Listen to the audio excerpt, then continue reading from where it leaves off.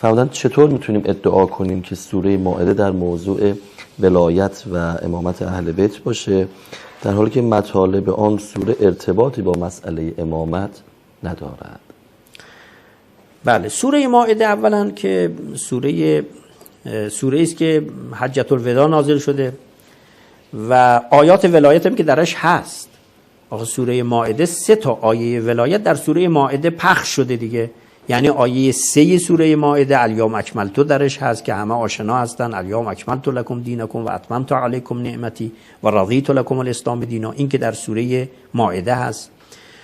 آیه انما ولیکم الله که اون بحث انگشتر بخشی امیرالمؤمنینه. اصلا واژه ولیکم، ولی شما خدا هست و رسول است و اون کسی که در حال نماز در حال رکوع انفاق کرد اون هست که دیگه همه میدونن شناسنامه این آیه رو در ارتباط با امیرالمؤمنین شیعه سنی کلی روایت داریم در ارتباط با این آیه. یا ایها الرسول بلغ ما انزل الیک من ربک که در ارتباط با ولایت است. خب تا اینجاشو داشته باشیم.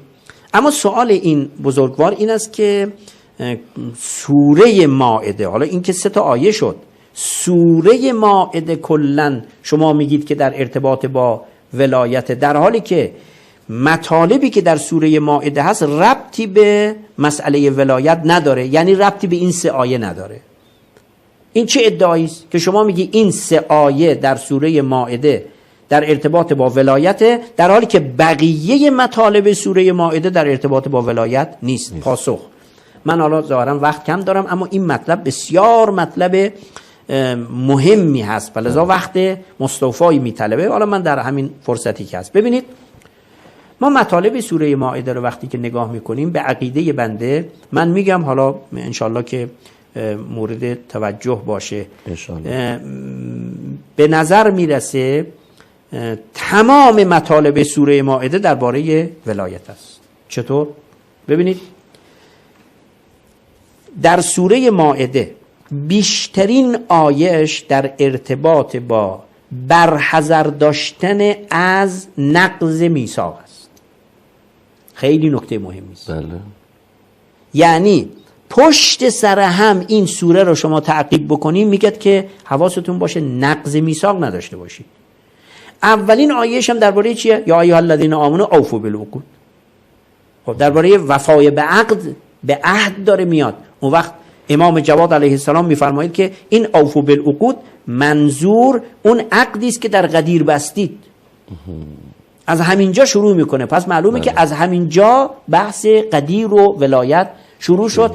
پشت سر هم میگه یهود نقض میثاق کرد، ما چه کردیم؟ نصارا نقض میثاق کرد، ما چه کردیم؟ در همین سوره است. بیشترین رقم آیات سوره مائده درباره چیه؟ تحذیر، یعنی برحذر داشتن از نقض میثاق است. همون پیمان شکنی. بله، میثاق، پیمان. بله. این یک. 2، بعد از این بیشترین مطلبی که در سوره مائده اومده این است که مواظب نعمتی که به شما دادم باشید، کفران نعمت نکنید. بله. کفران نعمت مستوجب عذاب است. در همین سوره است. حتی شما اون داستان حواریون رو که آخر این سوره میاد که مائده از همون داستان حواریون اومده، تو اون داستان در همین سوره مائده است. حواریون حضرت عیسی میان ازش میخوان مائده، یک سفره همچه پرچرب و نرمی از آسمان بیاد.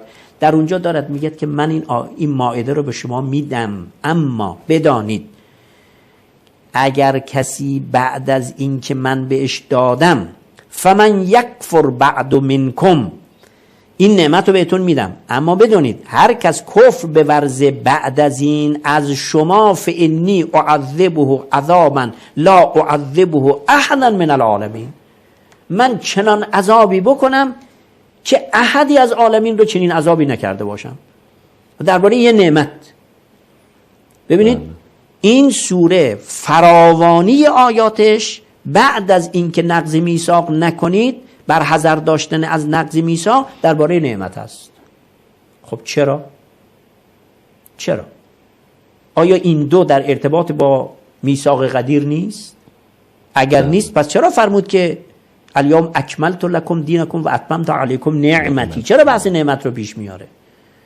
چرا ای پشت سر هم میگه من به قوم یهود نعمت دادم اینا قدرشو ندونستن، به قوم نصارا نعمت دادم قدرشو ندونستن؟ اینا رو چرا ای پشت سر هم داره تکرار میکنه برای امت اسلام؟ برای اینکه در قدیر نعمت به اینها داد. این دو، هر دو رو حالا دیگه توضیح هم لازم نداره، هر دو رو شما وصلش بکنید به مسئله امامت کاملا مرتبط است.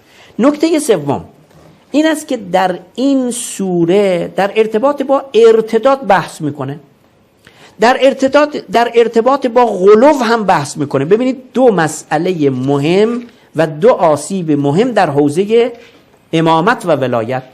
بحث ارتداد، ارتد الناس بعد الرسول. ارتداد از چی بوده؟ ارتداد از مسئله قدیر. و بحث غلو، یا اهل الکتاب لا تغلوا فی دینکم. خب این در سوره مائده اومده. بحث غلو چرا در سوره مائده میاد؟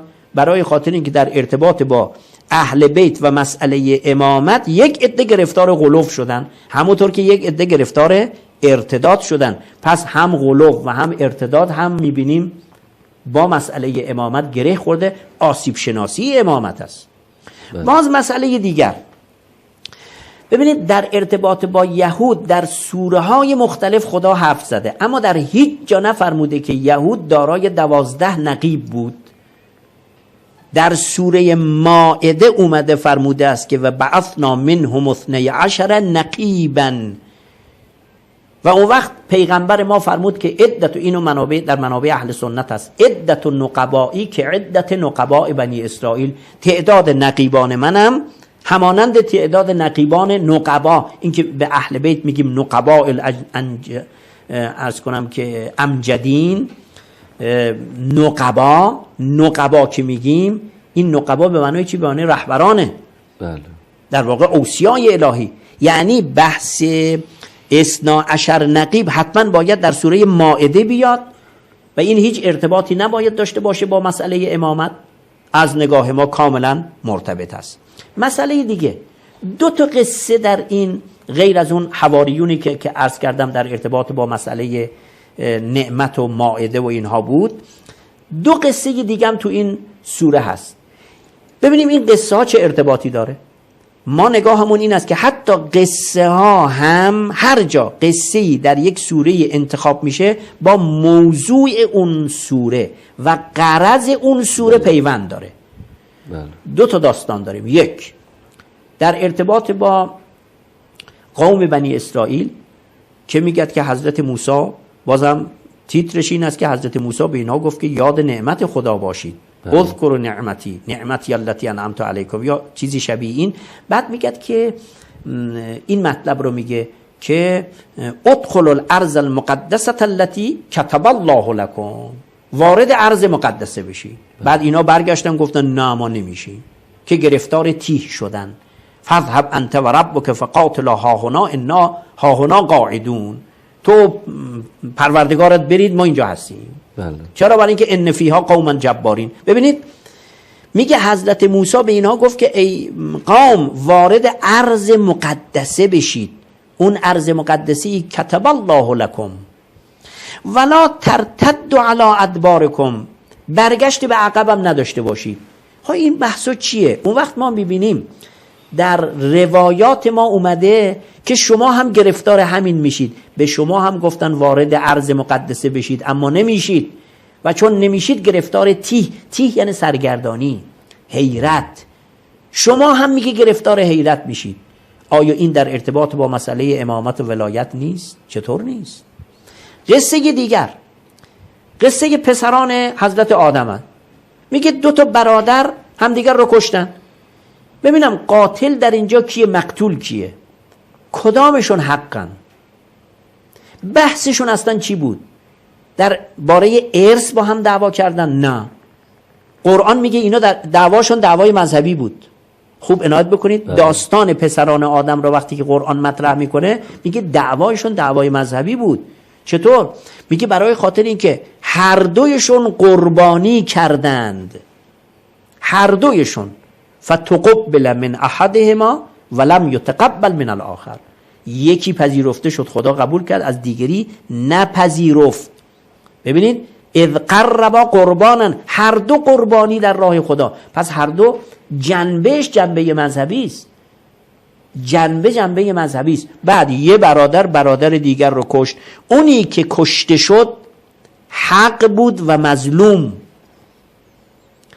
خونریزی، آیا این یکی از آسیب‌های مسئله امامت نیست؟ همه اینها مرتبط است. من توضیح دیگه نمیدم. بله. ببینید شما میگید که آیات سوره عرض کنم یا مطالب سوره مائده مرتبط با مسئله امامت نیست. از نگاه ما تمام اینها کلیدواژه‌های سوره، کلیدواژه‌های مسئله امامت است. یعنی شما اگه مسئله امامت رو تعقیب بکنی میبینی مسئله امامت اولا 12 امامند. بله. مسئله میثاق است، غدیر است، بیعت گرفتن است، میثاق است. مسئله نعمت است، اتممت علیکم نعمتی. نعمت، مسئله نعمت است. و بحث ارتداد است. این اتفاق میفته، اما بعد از این اتفاق چه اتفاقاتی دیگه رقم میخوره؟ مسئله دیگه بحث قلوف هست. یه عده گرفتار قلوف میشن درباره همین اهل بیت، درباره امامان 12گانه. بحث خونریزی است. اصلا شما تاریخ اسلام رو نگاه بکنید بعد از پیغمبر، تاریخ اسلام، حالا یک رقمش کربلا، بحثی چیه؟ بحث این است که یکی به عنوان خلیفه ادعا داره من خلیفه پیغمبرم، فرزند پیغمبر رو میکشه. و وقتی که نگاه میکنی میبینی بنی امیه و بنی هاشم هر دو از یک تیرن، هر دو قریشی هن. بله.